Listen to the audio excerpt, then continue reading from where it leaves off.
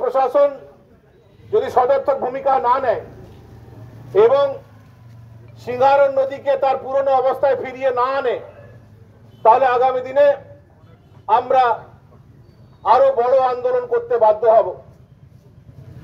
আজ দেখছি ব্যবস্থা করা হয়েছে। আমি বলবো এই পুলিশি ব্যবস্থা যারা নদী দখল করছে তাদের বিরুদ্ধে যদি সজাগ করা হতো তাহলে হয়তো এই নদী আজ কেউ দখল করতে পারতো না। এটা হতে পারে না প্রকাশ্য দিবালোকে একটা নদী দখল করে নেবে, একটা নদীর গতিপথ পাল্টে দেবে, আর প্রশাসনে যারা আছে তাদের কাছে এই খবর যাবে না। এটা হতে পারে না। পুলিশের ইন্টেলিজেন্স ডিপার্টমেন্ট থাকে, তাদের আইবি ডিপার্টমেন্ট থাকে, তারা বিভিন্ন সময় ফিডব্যাক দেয় কোথায় কি অন্যায় হচ্ছে, তাদের কাছে কে যাচ্ছে কে আসছে সেদিকে নজরদারি করতে বেশি ব্যস্ত। সে নজরদারি আপনারা করুন, আমাদের আপত্তি নেই, কিন্তু তার সঙ্গে সঙ্গে আপনাদের যে ভূমিকা সে ভূমিকা আপনাদেরকে পালন করতে হবে। আর অন্যায় হচ্ছে এর পেছনে আপনাদের প্রচন্ড মদত আছে। আপনাদের উপর নির্ভর করছে আপনারা কার দিকে, যারা জামুরিয়ার মানুষের সঙ্গে আপনারা থাকতে চাইছেন, না জামুরিয়ার মানুষের জীবনে যারা কষ্ট আনছে তাদের পক্ষে আপনারা থাকতে চাইছেন। সেটা আমি সরকার পক্ষে যারা আছেন তৃণমূল কংগ্রেস তাদেরকেও বলছি, এবং অতীতে জামুরিয়াতে যিনি ছিলেন সিপিএম নেতৃবৃন্দ তাদেরকেও বলছি, আপনারা সিদ্ধান্ত নিন আপনারা কাদের পক্ষে। ভারতীয় জনতা পার্টি স্ট্যান্ড ক্লিয়ার। যারা জামুরিয়ার মানুষের জীবনের সঙ্গে ছেলেমিলি খেলছে আমরা তাদের বিরুদ্ধে, আমরা জামুরিয়ার মানুষের পক্ষে, নদী রক্ষার পক্ষে, এবং বাকিদেরকে তাদের স্ট্যান্ড ক্লিয়ার করতে হবে। তৃণমূল কংগ্রেস কার দিকে সেটা ঠিক করুক, জেলা প্রশাসন কাদের দিকে তারা ঠিক করুক, সিপিএম কার দিকে তারা ঠিক করুক। ভারতীয় জনতা পার্টি যারা অন্যায় করেছে, যারা নদী দখল করেছে, নদী পথ যারা ডেভিয়েট করে দিচ্ছে, আমরা তাদের বিরুদ্ধে যা যা কর, গণতান্ত্রিক ব্যবস্থা যা, আমরা তো লাঠি নিয়ে কারোর সঙ্গে লড়াই করতে পারবো না। গণতান্ত্রিক ব্যবস্থা যে উপায় আছে, বিডিওকে জানানো, ডিএমকে জানানো, স্পট ভিজিট করা, ধর্নায় বসা, সবটাই আমরা করছি। এরপরে নেক্সট আমাদের কাছে যেটা উপায় আছে আইনি পথে যাওয়া, সেটাও আমরা করব। তার আগে আমরা কলকাতায় বেশ কিছু পরিবেশবিদের সঙ্গে কথা বলেছি, তাদেরকে নিয়ে আগামী 10 দিনের মধ্যে আবার আমরা স্পট ভিজিট করাবো। পরিবেশবিদরা দেখুন, তারা প্রেস মিট করবেন, কি হয়েছে, কত বড় ভয়ঙ্কর খেলা চলছে, সবটাই তারা মানুষের সামনে তুলে ধরবেন। তারপরে যদি কোনো সুরাহা না হয় তাহলে আগামী দিনে আমরা গ্রিন ট্রাইব্যুনালের বিরুদ্ধে ব্যবস্থা নেব। কয়েকদিন আগে এখানে বর্ষা হয়েছিল, বন্যা জামুরিয়াতে হয়ে গিয়েছিল, সিংহারা নদী ছোট করে দেওয়ার জন্য সেইটা হয়েছিল, মানুষ আন্দোলন করেছিলেন। না, আমরা তো এই আন্দোলনকে তো আমরা সমর্থন জানাচ্ছি। আমরা আপনাদের মনে থাকবে 1 বছর আগে থেকে আমরা এটা বলে আসছি। 1 বছর আগেও আমরা সিংহারন নদী একবার ভিজিট করেছি, তখন থেকে এটা বলে আসছি। কিন্তু এই গরিবের কথা তো কেউ শুনবে না, এবং আমরা বললে তো আরও বেশি শুনবে। যেটা আমরা বলবো তার উল্টো ওনারা করবেন। কিন্তু আমি বলি, আমরা আরেকবার শপথ মনে করাচ্ছি এইখানকার যিনি বিডিও আছেন তাকে, আর যিনি ডিএম আছেন তাদেরকে, যে তারা যখন চাকরি জীবনে এসেছিলেন যে শপথ তারা নিয়েছিলেন, তাদের শপথই ছিল যে সংবিধানের রক্ষা করা, সংবিধানের যে বিভিন্ন ধারা উপধারা আছে সেটা মেনে চলা। সেটা তারা ভুলে যাচ্ছেন।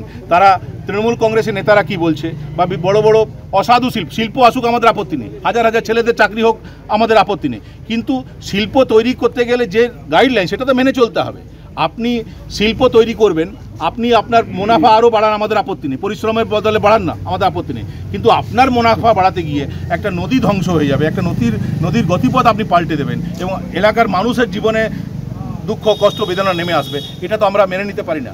এবং জামুরিয়ার মানুষ আমাদের এই দায়িত্বই দিয়েছে, যেমন তৃণমূল কংগ্রেসকে দায়িত্ব দিয়েছে তারা ক্ষমতায় থাকবে, যারা বিরোধী দল আমাদেরকে দায়িত্ব দিয়েছে যে সরকার পক্ষ যে ভুল করবে সে ভুল তুলে ধরতে পারে, আমরা সে কাজটাই করছি। এটাই আমাদের দায়িত্ব। জামুরিয়ার মানুষ আমাদেরকে এই দায়িত্বই দিয়েছে যে তোমরা সরকারের বিরুদ্ধে যারা সরকার যে ভুল করবে সে ভুল তুলে ধরো, সে কাজটা আমরা করছি। দেখা যাচ্ছে জামুরিয়া বেশ কয়েকটি কারখানা সিংহারা নদীকে দখল করে নিয়েছে, নদীর উপরে দেয়াল দিয়ে। না, আমরা কি করতে পারি, যারা দখল করেছে আমরা তো তাদের সঙ্গে গিয়ে আইনকে নিজের হাতে তুলে নিয়ে লড়াই করতে পারি না।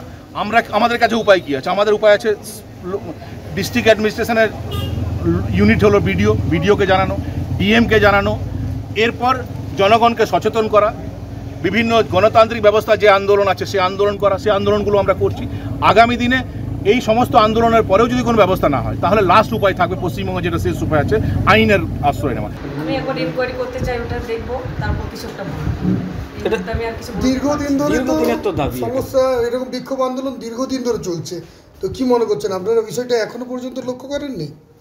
আমরা যাবো তো, দেখতে যাবো, তারপর আমরা কিছু একটা বলবো। এই মুহূর্তে আমি আর কিছু বলতে পারবো না। अच्छा 15 दिन पहले बैठक हुआ तो सिंगारा लेके आप उसमें थे कि নেই। আপনার বিডিও অফিসে বা আপনার দপ্তরের ঠিক সামনেই রয়েছে সিঙ্গারন নদীর রাস্তা, ওই রাস্তা দিয়েই সিঙ্গারন নদীকে দখল করা হয়েছে একাধিক কারখানা। আপনার কি নজরে পড়েনি এতদিন দপ্তরে না, আসা? আমি বিএলও স্যারকে বলেছি, বিএলও স্যার বলেছিলাম ইনকোয়ারি করে আসবো, তারপর আমি আরেকবার বিএলও স্যারকে বলে দেবো যে এটা একবার দেখে আসবেন।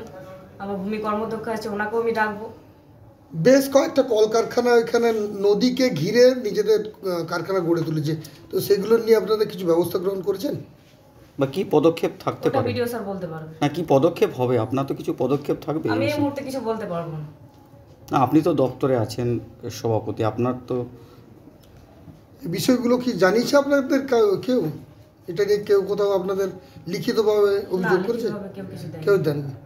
মৌখিক কয়েকদিন আগে বর্ষা হয়েছিল জামড়িয়াতে, জামড়িয়া শ্মশান পুরো ভেসে গেছিল জলে। না, ওই সময় আমার কাছে কিছু লিখিত আসেনি, আমার কাছে লিখিত কেউ- আসেনি, আমি বলছি ভেসে গেছিল, সেটা জানেন কি না জানেন না, আপনি? আমি জানি না। নদী যে দূষিত হয়ে যাচ্ছে, নদীর জল যে আপনার দূষিত হয়ে যাচ্ছে, সে সম্পর্কে কিছু জানেন?